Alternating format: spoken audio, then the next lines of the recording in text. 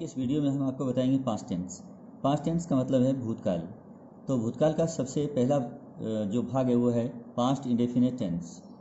Past indefinite tense अनिश्चित भूतकाल। तो इसका जो पहचान है हिंदी वाक्य की वो मैं इस प्रकार से आपको बताना चाहूँगा कि पहचान है इसकी हिंदी वाक्य के अंत में आ, ए, ये, या, ई आदि अक्षर आते हैं। तो हिंदी वाक्य के अंत में इस प्रकार की पहचान बनती है। तो समझिएगा ये पास्ट इंडेफिनिट टेंस है। तो उसके बाद जैसे अब अंग्रेजी वाक्य की पहचान अंग्रेजी वाक्य से ही, अंग्रेजी के शब्दों से ही होती है। तो एडवर्ब है इसके लिए, एडवर्ब ऑफ टाइम, समय बताने वाले, समय की सूचना देने वाले जो इस टेंस के एडवर्ब है वो इस प्रकार है। यस्टरडे बीता हुआ कल जो होता है जिसको कहते हैं yesterday. Yesterday past indefinite tense का एडवर्ब है जो समय बतलाता है कि घटना कब की है, यस्टरडे की यानी कल की है। दी अदर डे यानी कि पिछले दिन, अन्य दिन या गत दिन। लास्ट नाइट पिछली रात, लास्ट वीक पिछला सप्ताह, लास्ट मंथ पिछला महीना, लास्ट ईयर पिछला वर्ष, एगो यानी पहले, किसी निश्चित समय से पहले, एगो यानी पहले। तो ये हुआ। तो इस प्रकार के जो ये समय की सूचना देने वाले जो शब्द हैं वाक्य के अंत में आते हैं, ये ऑब्जेक्ट के बाद में। तो इनका ध्यान रखें। अगर ये शब्द आते हैं तो आप पास्ट इंडेफिनिट टेंस समझ करके उसको पास्ट इंडेफिनिट के अनुसार भरेंगे और याद करेंगे। मेन वर्ब इसमें लगेगा सेकंड फॉर्म ऑफ वर्ब, यानी क्रिया का सेकंड फॉर्म लगना है इसमें, यानी V2।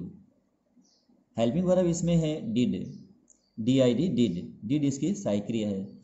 पॉजिटिव सेंटेंस के अंदर है, यानी सकारात्मक वाक्य में सहायक क्रिया नहीं लगती है, सीधा ही सब्जेक्ट के बाद में सेकंड फॉर्म का यूज़ करेंगे।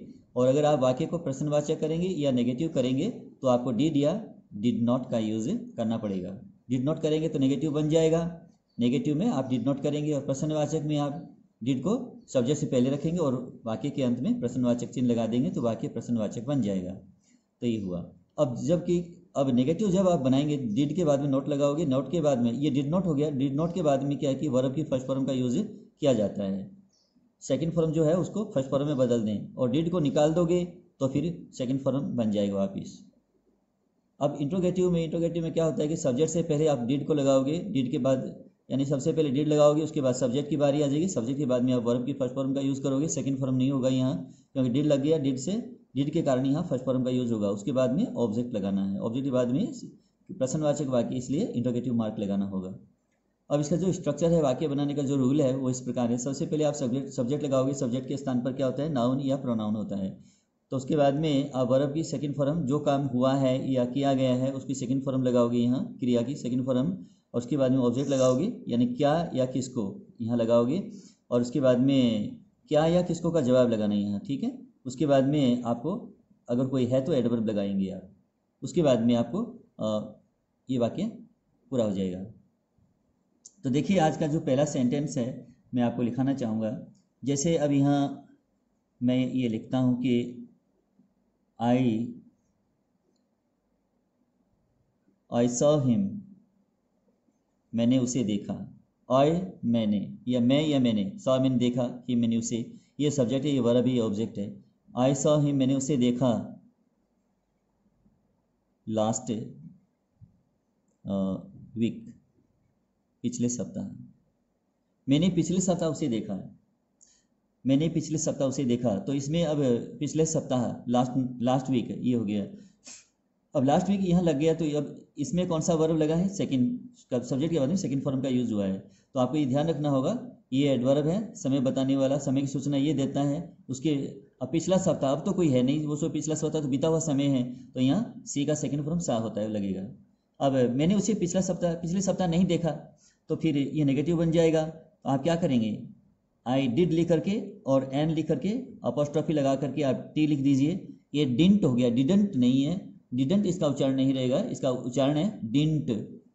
आई didn't see him last week, मैंने पिछले सप्ताह उसे नहीं देखा। तो यहाँ क्या हुआ, अब ये सा जो है ये फर्स्ट फॉर्म में बदल गया, डिंट के लगने के कारण यहाँ सी आ गया फर्स्ट फॉर्म में, ये ध्यान रखना है। I didn't see him last week, पिछले सप्ताह मैंने उसे नहीं देखा। क्या मैंने पिछले सप्ताह उसे देखा, तो आप प्रश्नवाचक बनाएंगे आप इसका, तो डिड लगेगा पहले, did I see him did I see him last week, last week, और ये प्रश्नवाचक चिन्ह। Did I see him last week, क्या मैंने पिछले सप्ताह उसे देखा। अब इसका एक और बनाना है आपको, प्रश्नवाचक नकारात्मक। तो आप क्या करेंगे, डिड लिख करके एम लिख करके और एपोस्ट्रोफी लगा करके टी लिख दीजिएगा। तो क्या हुआ, डिंट, डिंट आई, डिंट आई लिख दिया तो यहाँ नोट लगाने की और आवश्यकता नहीं है। Didn't I see him last week, क्या मैंने पिछले सप्ताह उसे देखा। तो ये एक सेंटेंस के आपके कितने बन गए, 4 सेंटेंस बन गए। एक तो पॉजिटिव हो गया और दूसरा नेगेटिव हो गया, तीसरा इंट्रोगेटिव हो गया और चौथा इंट्रो नेगेटिव हो गया। तो इस प्रकार से अब अगला देखिए, जैसे मान लीजिए मैं यहाँ लिखता हूँ कि she had a bit of patience, उसके पास धैर्य था, उसके पास थोड़ा धैर्य था। तो सी हैड उसके पास था, यानी कि ये क्या है, स्टेट ऑफ पोजीशन है। ये स्टेट ऑफ पोजीशन देखिए कि इसमें ये 3 प्रकार के जो क्रिया के अंदर 3 प्रकार के गुण पाए जाते हैं। एक तो होता है स्टेट ऑफ बीइंग, दूसरा होता है स्टेट ऑफ पोजीशन, तीसरा होता है स्टेट ऑफ एक्शन। तो इसमें हेड के बाद में अब हेड जो है यानी इसके पास था वो चीज़, यानी इसने कोई काम किया नहीं, इसके अंदर था, इसके पास था वो। तो सी हैड ये क्या है, पोजीशन है। तो स्टेट ऑफ पोजीशन इसमें दिखाया गया है। She had a bit of patience, उसके पास है थोड़ा, ए बीट ऑफ का अर्थ है थोड़ा, पेशेंस का अर्थ है धैर्य, उसके पास थोड़ा धैर्य था। अब इसको उसके पास धैर्य नहीं था, उसके पास थोड़ा धैर्य नहीं था। तो ऐसे बनाना है आपको, नेगेटिव बनाना है। तो सी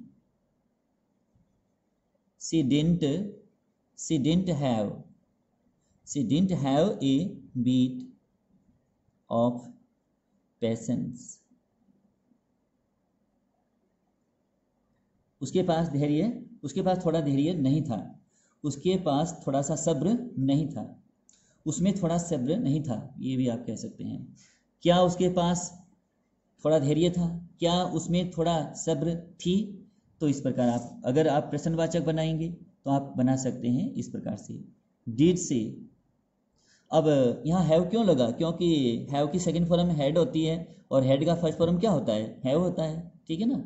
हैव का अब देखिए, हैव लगता है किसके लिए, हैव लगता है आई के लिए, वी के लिए, यू के लिए और दे के लिए हैव लगता है। और हैज़ लगता है किसके लिए, ही सी इट के लिए। तो ही सी इट के लिए हैज़ लगाओगे और बाकी बहुवचन के लिए हैव लगाओगे।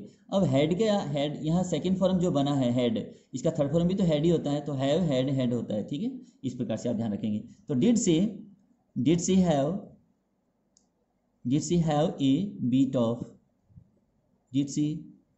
Have a bit of patience, क्या उसमें थोड़ी धैर्य थी, क्या उसमें थोड़ी धैर्य नहीं थी। तो फिर ये इंट्रो नेगेटिव हो जाएगा। तो डिड को आप पहले लगा रहे हो, अब थोड़ा सा अंदर लगा दीजिएगा उसको, नोट को, ठीक है। तो ये लगा दिया नोट को अंदर वाले हिस्से में। Did she not have a bit of patience,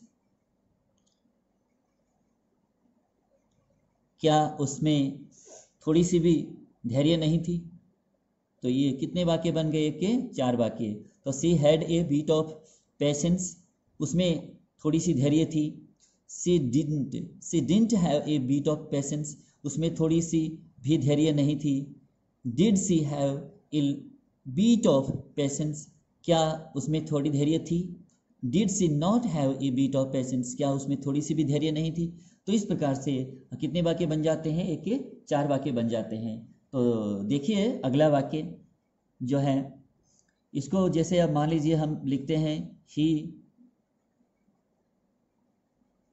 abused, उसने गाली दिया। यू मैंने आपको, ही अब्यूज्ड यू, उसने आपको गाली दिया। विथआउट